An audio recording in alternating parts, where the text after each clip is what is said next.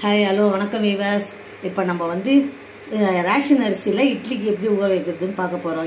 இந்த டம்ளரில் பாருங்கள், தலையோடு போட்டிருக்கிறேன். தலையோடு போட்டு இதை தாளிக்கிற அளவுக்கு கொஞ்சோண்டு இந்த அளவு இப்படி போட்டு இப்போ இதை வந்து நான் கழுவிட்டு ஊற வச்சு பாருங்க. கழுவிட்டு ஊற வைக்கிறது வந்து 2 மணி நேரம் ஊறினா போதும். நான் வந்து 2 மணி நேரம் கழுவிட்டு நான் ஃப்ரிட்ஜில் வச்சுடுவேன். ஏன்னா அந்த ஐஸ் வாட்டர் தண்ணி தெளித்து தான் அரைப்பேன். கழுவிட்டு தண்ணி போதுமான அளவுக்கு தண்ணியை வச்சு இதை அப்படியே நான் ஃப்ரிட்ஜில் வச்சுடுவேன். ஃப்ரிட்ஜில் வச்சோம்னா 2 மணி நேரத்தில் தண்ணியும் கூலிங் ஆகிடும், உளுந்தும் ஊறிடும். 4 விரல் அளவுக்கு இதுதான் அளவு. இந்த கோடோட வெந்தயம் எடுத்துருக்கிறேன். இதை போடுறேன். இதை போட்டு இது தனியாக ஊற வச்சுக்கிறேன். வெந்தயத்தை வந்து நான் ஃப்ரிட்ஜில் வைக்க மாட்டேன். வெந்தயத்தை வெளியில் தான் வைப்பேன்.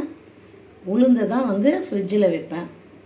ஐஸ் போட்டு அரைக்கும் போது மாவு வந்து உப்பரியாகவும், கிரைண்டர் வந்து சூடாகாது, மாவு சிக்காது. இந்த டம்ளர் நிறைய 1 டம்ளர் உளுந்து அப்படியே முழுசாக போட்டு கொஞ்சம் கீழே சிந்துற மாதிரி போட்டு இதை வந்து கழுவிட்டு ஊற வச்சு வச்சுருக்கிறேன். வெந்தயத்தை வந்து தனியாக வந்து ஊற வச்சு வச்சுருக்கிறேன். இந்த உளுந்தை வந்து தேவையான தண்ணி ஊற்றி ஊற வச்சுருக்கிறேன். இதை அப்படியே எடுத்து ஃப்ரிட்ஜில் வச்சுருவேன். ஃப்ரிட்ஜில் வைக்கிறது எதுக்குன்னா உளுந்தும் ஊறிடும், நமக்கு ஐஸ் வாட்டரும் கிடைக்கும். இந்த ஐஸ் வாட்டர் தெளித்து தான் நான் உளுந்து அரைக்க போகிறேன். பிறகு வந்து இப்போ வந்து நான் ரேஷன் அரிசியில் வந்து இட்லிக்கு ஊற வைக்க போகிறேன்.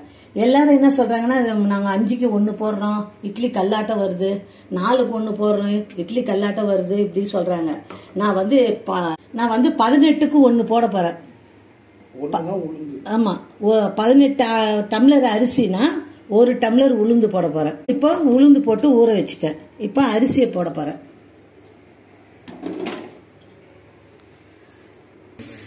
இது பாருங்க, இது வந்து ஸ்டோர் அரிசி தான், ஒரே அரிசி தான் போடுறேன். குண்டு அரிசி, ஆனால் குண்டு அரிசி போடுறேன். வந்து என்னடா இது இவங்க 18க்கு 1 போடுறாங்களே, இட்லி வருமா, இட்லி கல்லாட்டம் ஆகிடும்னு நினைக்காதீங்க. இட்லி நல்லா வரும். 1 2 3 4 5 6 7 8 9 10 11 12 13 14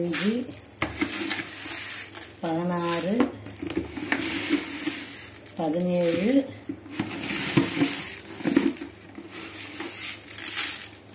17 18 டம்ளர் அரிசி. வெறும் வந்து ஸ்டோர் அரிசி தான், கடை அரிசி எல்லாம் கிடையாது. வெறும் ரேஷன் அரிசி தான் இது, கடை அரிசி கிடையாது. இதை நல்லா கழுவிடணும். ஒரு 5-6 வாட்டி கழுவிட்டு ஊற வைப்பேன். திருப்பியும் வந்து ஊறின பிறகும் கழுவுவேன். கழுவுனீங்கன்னா நீங்கள் வந்து கடை அரிசி மாதிரி வெள்ளை வெள்ளையேன்னு வரும் இட்லி. நம்ம கழுவுறதுல தான் இருக்கும், அந்த தவிடு வாசனைலாம் வராது, நல்லா இருக்கும். இதை நல்லா கழுவிட்டு நான் ஊற வைக்கிறேன். ஊற வச்சுட்டு ஊறின பிறகு அரைக்கும் போது வீடியோ எடுக்கலாம் நம்ம. இப்போ இதில் வந்து ஒரு சீக்ரெட்டான பொருளுக்கு சேர்க்க போகிறேன். இது வந்து முத்துக்கொட்டை. முத்துக்கொட்டைன்றது ஆமணக்கு விதை. ஆமணக்கு வகையில் வந்து 2 வகை இருக்குது. இது வந்து சாப்பாட்டுக்கு யூஸ், அதாவது இட்லிக்கு யூஸ் பண்ணுறதுன்னு சொல்லி கேட்டு வாங்கினோம் நாட்டு மருந்து கடையில். இதை வந்து சிந்தாமணி கொட்டைன்னுவாங்க, முத்துக்கொட்டைன்னுவாங்க, ஆமணக்கு கொட்டைன்னுவாங்க. ஆமணக்கு கொட்டைன்னிங்கன்னா 2 விதமாக இருக்கும்.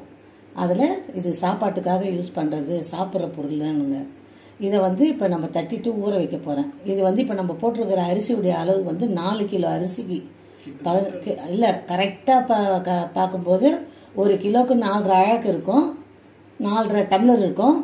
அப்படி கணக்கு பார்த்தீங்கன்னா நம்ம போட்டிருக்கிறது 18. கரெக்டாக 4 கிலோ அரிசிக்கு இந்த அளவுக்கு முத்துக்கொட்டையை வந்து நான் ஊற வைக்க போகிறேன். ஊற வச்சு இதை நான் வந்து அரிசியில் கலந்து அரைக்க போகிறேன். இது வந்து நீங்கள் 1 கிலோவுக்கு கணக்கு பண்ணி போடுறதா இருந்தால் ஒரு 5-6 கொட்டை போடுங்க. அதை ஊற வச்சு இதை தட்டிட்டோம்னா அது உள்ளார வந்து வெள்ளை கலரில் பருப்பு இருக்கும். அதை ஊற வச்சு நீங்கள் அரிசி அரைக்கும் போது அதில் போட்டு அரைச்சிக்கோங்க.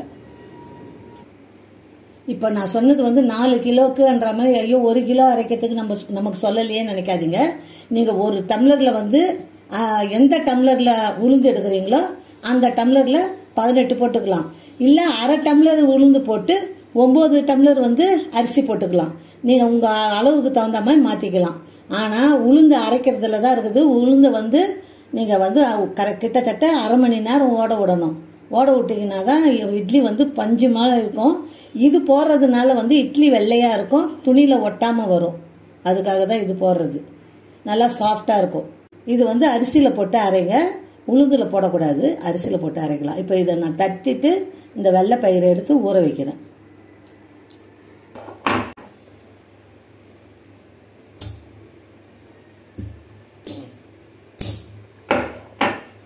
இது பாருங்க, அதுக்குள்ளே பாருங்க பயிர் உடஞ்சிடுச்சு. இது வேறு பயிர் காட்டேன். இது பாருங்க, இது மாதிரி இருக்கும்.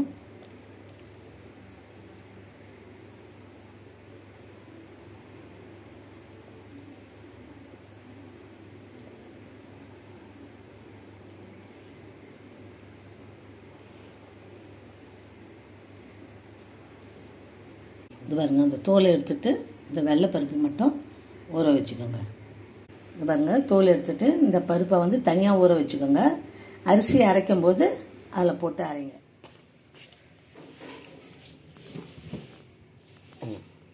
பாருங்க, எல்லாமே ஊறிடுச்சு. இந்த உளுந்து வந்து நல்லா சில்லுன்னு இருக்குது. இது வந்து 2 வாட்டியாக போடுவேன். இந்த உளுந்தை வெந்தயமும் அதே மாதிரி 2 வாட்டி போடுவேன். வெந்தயம் முதல் போட்டுட்டு அதுக்கப்புறமா அது அரைச்ச உடனே உளுந்து போடுவேன். அரிசி வந்து ஊற வைக்கிறதுக்கு முன்னாடி ஒரு 5 வாட்டி கழுவுனாங்க. நல்லா உரசி ஊறின பிறகு ஒரு 4 வாட்டி கழுவுனேன். அப்போ தான் உங்களுக்கு வந்து வெள்ளையாக வந்து கடை அரிசி இட்லி மாதிரி இருக்கும். அதுக்காக அதுக்கு மாதிரி கழுவி இருக்குது. இப்போ நான் அரைக்க ஆரம்பிக்க போகிறேன்.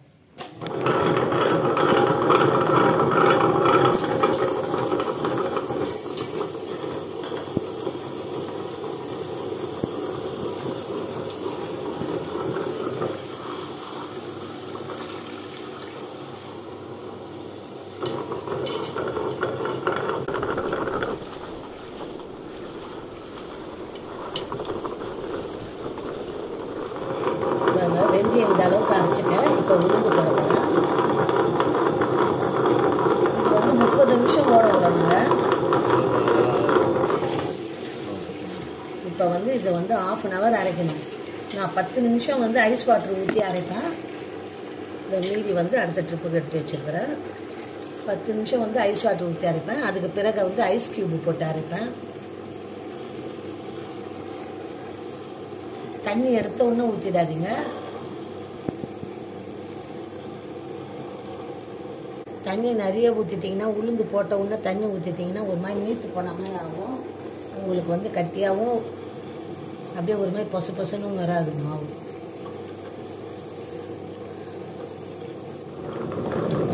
இதே மாதிரி தண்ணி தெளிச்சுக்கோங்க.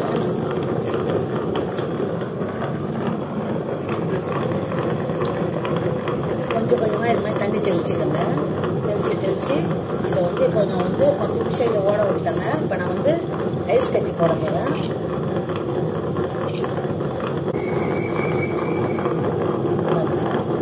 ஐஸ் கட்டி போடுறேன். பாருங்க மாவு எப்படி உதிரி ஆகி வந்துட்டாங்க. ஐஸ் கட்டி போடும்போது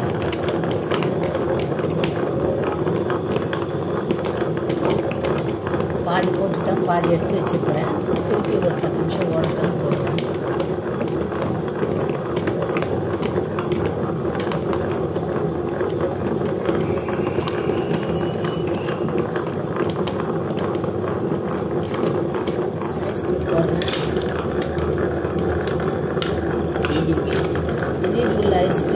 ஐஸ்கிரீமும் போட்டுட்டேன்.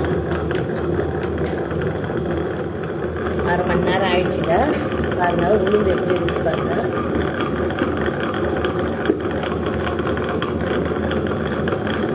பந்து போல வரும்.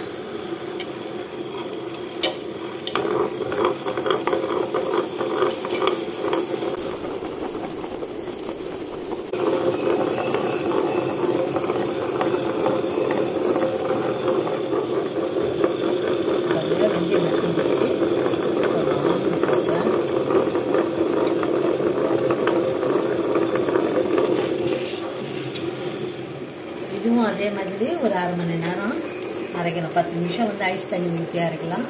இல்லை நீங்கள் உங்களுக்கு வசதி இருந்தால் 15 நிமிஷம் கூட உங்களுக்கு டைமை பொறுத்து 15 நிமிஷம் கூட ஐஸ் வாட்டர் போட்டு அரைங்க. 15 நிமிஷம் வந்து ஐஸ் க்யூப்ஸ் போட்டு ஐஸ் போட போகிறேன். ஐஸ் போட்டு மாவு பாருங்க எப்படி பொங்கி வரும்.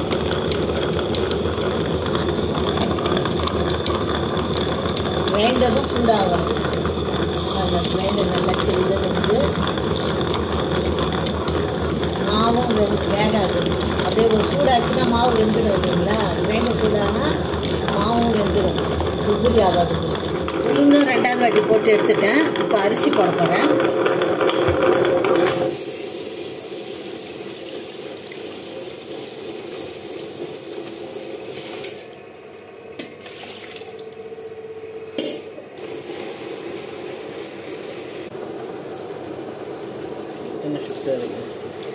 அரிசியை 2 வாட்டி தாங்க போடணும்.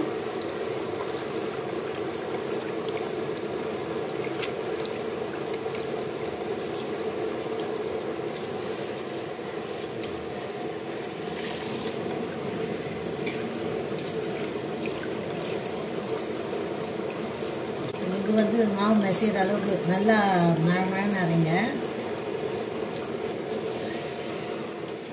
பாதி அரிசி போட்டுட்டேன். அந்த சிந்தாமணிக்கு அதுதான் ஆமணக்கு விதை. ஆமணக்கு விதையை வந்து இந்த ஊற வச்சு அந்த தோலை எடுத்துட்டு இதை போடுறேன். ஒரு ட்ரிப்புக்கு ஒரு 10 கொட்டை போட்டிருக்கிறேன். இன்னொரு ட்ரிப்பு இருக்குது அரிசி, அதுக்கு வந்து மீதி எடுத்து வச்சுக்கிறேன். நாங்கள் மாவு இந்த அளவுக்கு மழைன்னு அரைக்கணுங்க. மாவு அரைச்சி இப்போ வந்து நம்ம எடுத்துடுறோம். அரிசியை வந்து இந்த அளவுக்கு மழைன்னு அரைச்சி எடுத்துட்டேன்.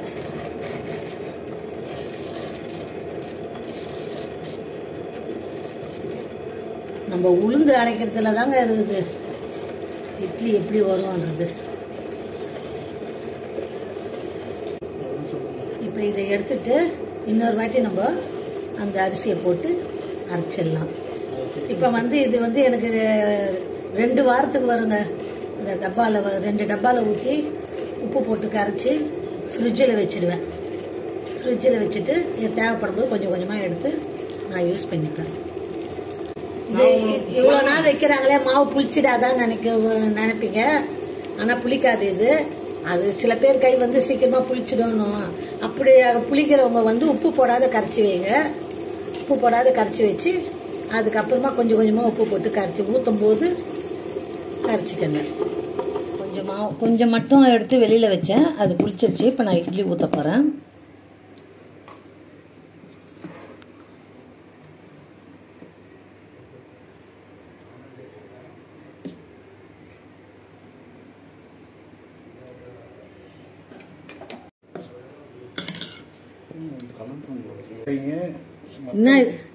இன்னும் இது மாதிரி துணியில் ஊற்றுறாங்கன்னு நினைக்காதீங்க. இது புது துணி தான். அது கலரெல்லாம் ஒட்டிக்காது. புது துணி தான். ஏற்கனவே இதை ஊற்றி இருக்கிறது. புது துணினா நம்ம நைட்டிலேருந்து இதுலேருந்தோ கிழிச்சது கிடையாது. துணி தைச்சதில் மேய்ந்தது. ஊற்றி வைக்கிறேன். முதல் தண்ணி வந்து இட்லி குண்டான வச்சுட்டேன். தண்ணி கொதிச்ச உடனே தான் இட்லி ஊற்றி வச்சிருக்கிறேன். ஒரு 10 நிமிஷத்தில் வெந்துடும். இது இட்லி வெந்துருச்சுங்க. வெந்துருச்சு.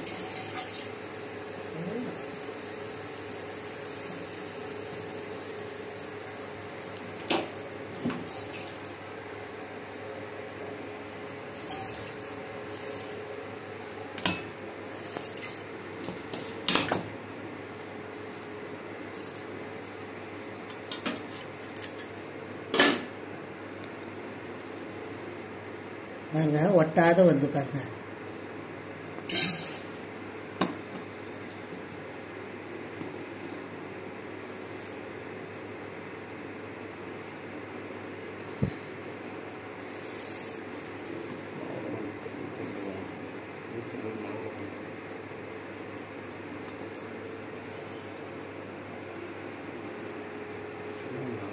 பாருங்க இட்லி எப்படி பூ மாதிரி செண்டு செண்டா வந்துருது பாருங்க.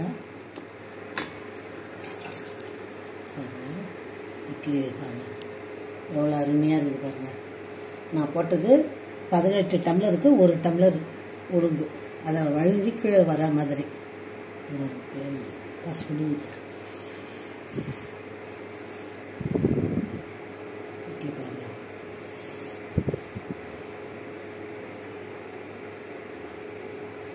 இவ்வளோ நல்லா சூப்பராக வந்துடுது பாருங்கள். மாவு ஊற்றும் போது கொஞ்சோண்டு தண்ணி ஊற்றி கலந்து ஊற்றுங்க. மாவு கட்டியாக ரொம்ப ஊற்றுனீங்கன்னா அப்படியே கல் மாதிரி வரும். கொஞ்சமாக தண்ணி ஊற்றி கலக்கி ஊற்றுங்க. வெறும் ரேஷன் அரிசியை யூஸ் பண்ணி கம்மியாக உளுந்து போட்டு மாவு எப்படி அரைக்கிறதுன்றதை நான் அரைச்சி காமிச்சுக்கிறேன் பாருங்கள். பஞ்சு போல் வெள்ளை வெள்ளைன்னு இருக்குது பாருங்கள். இது ஸ்டோர் அரிசி மாதிரியே சொல்ல மாட்டாங்க, ரேஷன் அரிசி மாதிரி சொல்ல மாட்டாங்க. எங்கள் ஊர் பக்கம்லாம் ரேஷன் அரிசியாக ஸ்டோர் அரிசின்னு சொல்லுவோம். அதனால் அதே வருது எனக்கு. ஸ்டோர் அதை ரேஷன் அரிசி மாதிரி இல்லை பாருங்கள். எவ்வளோ வெள்ளையாக இருக்குது பாருங்கள். இட்லி எப்படி செண்டாட்டம் வந்துடுது பாருங்கள். இப்போ அதே மாவில் நம்ம தோசை ஊற்ற போகிறோம்.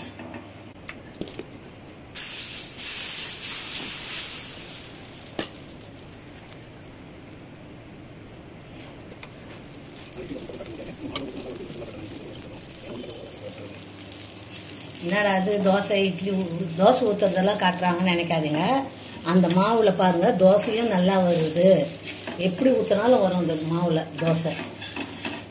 நீங்களும் வந்து அதை நம்ம உளுந்து கம்மியாக போட்டோமே தோசை வராது இட்லி வராதுன்னு நினைக்கக்கூடாது இல்லை. அதனால தான் ரெண்டுமே செஞ்சு காட்டுறேன் நான். பாருங்கள் இது சாஃப்டாக ஊற்றுற தோசை, முருவலாகவும் ஊற்றி காட்டுறேன்.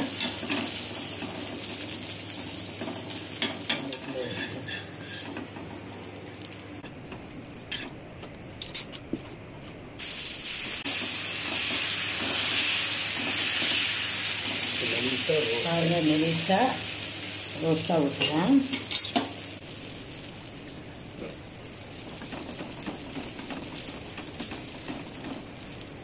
உளுந்து கம்மியாக போட்டாலும் இட்லியும் சூப்பராக வருது.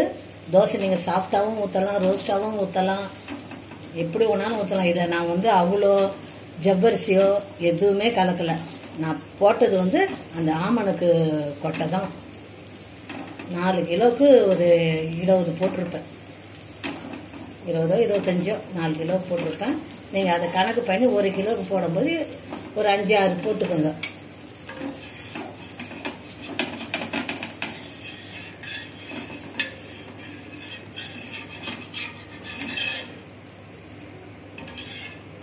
பாருங்கள் ரோஸ்ட்டாக வந்துடுது.